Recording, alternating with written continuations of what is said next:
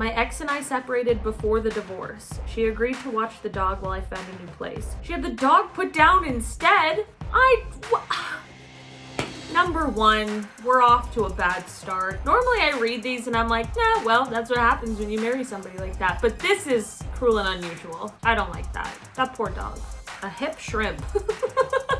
Wife cheats on her husband during his frequent travels for work. She files for divorce and gets to keep the house. Months elapse and the husband is still rightfully pissed but has no recourse. Then he has an epiphany. I wonder if she changed the password to the Nest thermostat. She did not. For the next year, he continues to mess with the thermostat. In the middle of summer, when they're sleeping in his bed, he turns the heat on to 90 degrees at 3 a.m. Middle of winter, time to shut off the heat and hope the pipes freeze. Away on vacation, turn the air conditioning down to 55 and let it run 24/7 for a nice surprise bill when they get home. Oh, okay. In the beginning, I read it right, but my brain computed it wrong. So when I read wife cheats on her husband during his frequent travels for work, I was thinking it was the opposite. So I was like, yo, why is this guy, you cheated? But no, it's the opposite. She's just a bad person. Well, I'm like, that's what we just call karma. You know what I mean? My ex-wife told me I could leave my stuff in our house while I found somewhere else to stay. I assumed this was a goodwill effort to keep things as amicable as possible between us. When I went to get my stuff, she had burned it all. People are wild. People are wild. It's like, you could just not do that. Let them do the thing. Let them find their place. Come get their stuff. Clean break. No worries. See ya. It's like, just take the high road, or just don't let them leave their stuff there. I don't know. It's also like, I know divorces get like so messy and all of that, but at one point you really like loved and cared for this person, so I just don't know how people like completely forget that. I know people change, blah blah blah. Again, I haven't been divorced, I haven't even been married, so maybe I don't know anything, but I just think that there's better ways to deal with these things. I couldn't attend my friend's last-minute destination wedding because I had to travel to visit my dad, who was dying of cancer. That's very sad. To handle hospice arrangements. She was pissed and tried to guilt trip me because I couldn't afford both plane flights. That was the end of our friendship. Yeah, that was definitely the end of your friendship because you don't need a friend like that. That's terrible. That's terrible. Imagine. Wow. Also, destination wedding, like, sometimes people can't go. If you want to go away for your wedding, that's totally fine. But a destination wedding is so expensive for your guests. You have to remember that. And they also have lives and jobs and people to care for in their lives. Honestly, you didn't need that friendship anyway. Get rid of it. Sometimes the trash just takes itself out, you know? After the ceremony was over, the bride informed us that in order to save money, the wedding party wouldn't be served a meal along with the rest of the guests. She said, "You already had the privilege of being in my wedding. What more can you ask for?" I'm like, a plate of roast beef. Karen, that's what I can ask for. What do you mean? Imagine, and how many people are in your wedding party? How much more, if you're spending thousands of dollars on a wedding, how much more does it really cost? Like, you know, to feed your wedding party? Or you should have just invited less guests. Right? That's insane. I would leave. I just wouldn't be there anymore. You know? Also, you pay to be... I could rant about this one for the entire video. We're moving on. The final straw for me was when the bride demanded to see the toast I'd written so she could edit it. She ended up rewriting it all together and I ended up skipping her wedding. Yeah, what the heck? Maybe be like just a good person, nice friend, somebody people like, and you won't have to worry about what the toast is, you know? Because you'll know people are gonna say nice things about you. Because why would they say anything bad if you're just, you know, living your life, being nice and doing your thing? People are wild.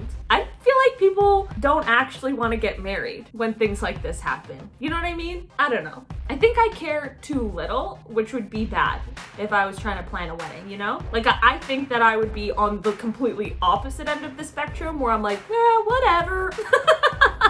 And then it would just end up being a disaster because I didn't plan anything. Oh, that's why you get a wedding planner. My ex-best friend, I love that. So dramatic right off the start. My ex-best friend. My ex-best friend tried to make me and another bridesmaid walk down the uneven outdoor aisle without our glasses, saying they would ruin the aesthetic of her wedding. And she told us the morning of the wedding, so we didn't even have time to get contacts. Her mom was able to calm her down by reassuring her that she was skinnier and more beautiful than both of us, so no one would be looking at us anyway. Imagine somebody being like, you seeing ruins the aesthetic of my wedding. What? That's insane. That's so insane. And then on top of that, imagine needing your mom to come and tell you, well, you're skinnier and more beautiful. I'm like, why do we enable this kind of behavior? I ever said something as asinine as this, I hope somebody would come and hit me on the back of the head. You know, I'm not about violence, but sometimes you just need somebody to smack the back of your head and be like, what are you doing? Well, if that's her mom's reaction to her being like that, we kind of understand how she got that way. Ooh. It was 10 degrees Fahrenheit in February. I don't know what that is in Celsius. Cold? Probably. It was 10 degrees Fahrenheit in February. Well, it's February, so yep.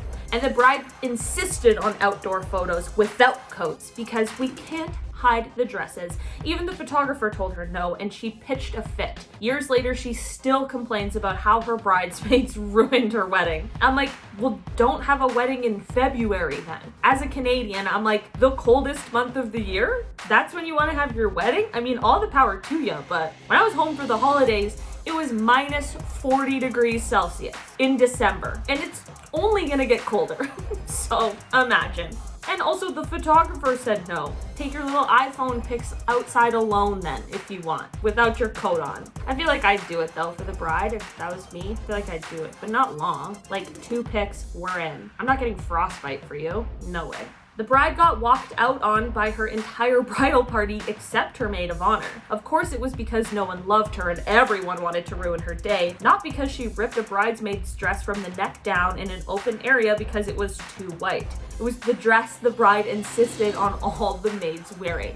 Why? Sometimes I feel like people who are getting married absolutely lose their mind. I don't get it. Maybe there's something that goes on when you're trying to plan a wedding and you just lose it for a little bit. But like, you chose the dress. Too white. Also, like, everyone knows who's getting married there. Why does it matter? Everyone could show up wearing white. Whatever. We still know who the bride is. It's not a contest. People are wild. When my friend was a bridesmaid, she received an astonishingly detailed itinerary of how to behave on the wedding day, with notes like 9:52 a.m. Compliment the bride on how she looks on this, the most important day of her life. On the actual wedding day, the bride repeatedly got angry with my friend for not adhering to her itinerary. This was after several months of the bride expecting my friend to be available at a moment's notice to take care of any wedding chores. They haven't spoken since the wedding day. I wouldn't have gone, or I would have gone and made sure to do the exact opposite of what the itinerary says. 9:52 a.m. I would have been like, are you sure that's the dress? Did you happen to bring a backup? I'm like, you want to make my day? Let's go, buddy. Oh God, I wouldn't do that. Of course I wouldn't. You guys know me. I didn't make it to the wedding. Great start. I didn't make it to the wedding. I was best friends with the woman. Literally, we did everything together. She assembled her wedding party and didn't invite me.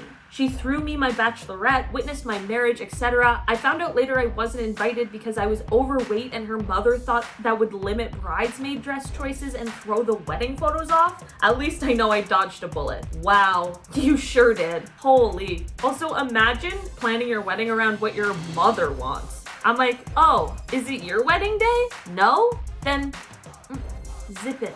Also, just imagine thinking something like that. Fucking weirdo. Sorry for cursing, but Jesus Christ.